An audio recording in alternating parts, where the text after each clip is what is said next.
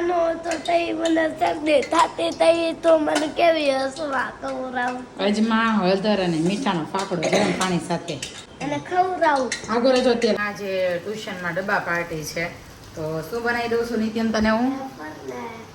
samosa wafer અને mini samosa તો સમોસા માટે મેં આમાં થોડોક મેંદાનો અને થોડોક ઘઉંનો લોટ એડ કરીને એમાં મેં મોણ નાખ્યું છે ગરમ તેલનું અને અજમા નાખ્યા છે અને આ જે બટેકાનો મસાલો ભર કરવાનો હોય ને એને તેલમાં અજમા નાખીને વઘાર કર્યો છે આખું જીરું નાખવાનું હોય પણ આખું જીરું મારી ઘરે નથી સોરી આખું જીરું ને આખા ધાણા નાખવાના હોય આખા ધાણા અત્યારે નથી મારા ઘરે પતી ગયા છે એટલે મેં ખાલી અજમાથી વઘાર કર્યો છે તો બહુ ટેસ્ટી બનશે તો બનાવવાના છે મિની સમોસા બિહારી નિત્યમની સાઈઝ નાની છે તો સમોસાની સાઈઝ નાની હોવી જોઈએ ને મેમને આપવાના છે ભાઈ નિત્યમને મેં બધા મેં માટે એક સમોસું મોકલવાનું છે નાનું ટેસ્ટ કરવા કે નિત્યમના મમ્મીને સમોસા આવડે છે કે નહીં એમ હે કાંઈ નહીં નિત્ય માટે બનાવી લઈ સમોસા અને એની રેસીપી હું તમારી જોડે શેર કરતી જઈશ પોસિબલ હશે એટલે હું બતાવીશ અને બાકી સમોસા બની જાય ને પછી બતાવીશ એ સમોસા બનાવું છે ને પ્રોપર બિહારી સ્ટાઇલ સમોસા છે એટલે આ સમોસામાં છે ને બટેકું બાફવાનું ન હોય આવી રીતે કટકા કરીને પછી જ બટેકાનો માવો ચડવા દેવાનો હોય એટલે હું તમને process one by one process હું તમને કહેતી જાય આપણા બટેકા છે ને જે ચડી ગયા છે ને આમાં બધી વસ્તુ મેં મિક્સ કરી દીધી છે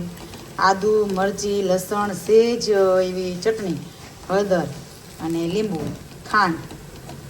આને હલાવી નાખવાનો લોટ જો બંધાઈ ગયો છે સારી સમોસાનો મસાલો બનીને રેડી થઈ ગયો છે જો અને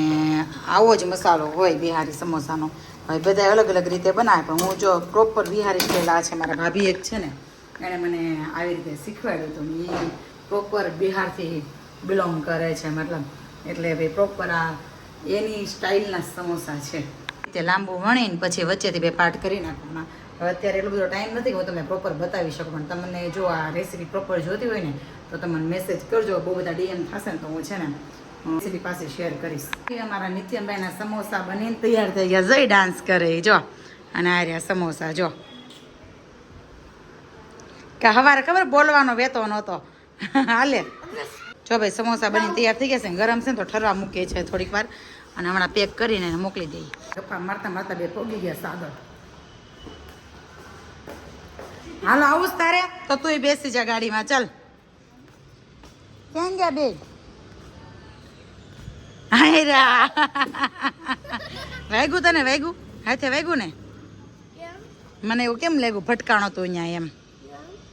નથી ભટકાણો ઓકે હંધાઈ ગયા તા તમે બે પેન્ડ આવ ત્રણેય આ ત્રણેય ગાડીમાં બેસીને ઓલી ગટ્ટી છે અને નિત્યમ બે પાછળ અને જશ આગળ બાય બાય ઓકે હાલો ઉતાવળ રાખો જાઓ ફટાફટ દેખાતું હોય તો એવું વાવાઝોડું એવું છે અને વરસાદ આવે છે આ અંત લાઇટ વેગી ને એટલે કંઈ દેખાતું નહીં હોય ઝાડવું ઓલે દેખાતું હોય જો તો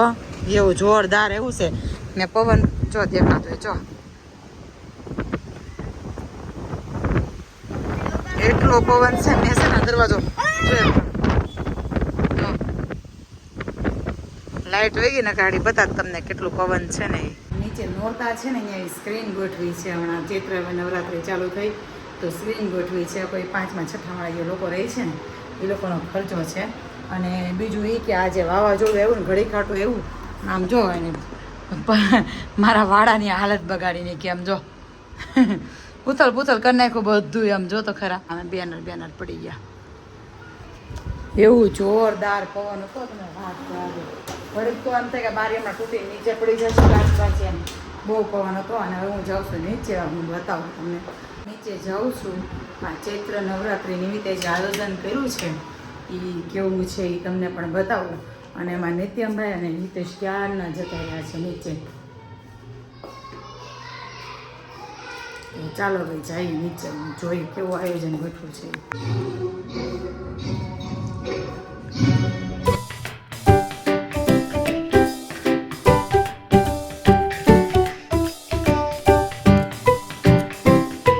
બિચારાએ આયોજન બહુ સરસ કર્યું હતું પણ આ પવન આવ્યો ને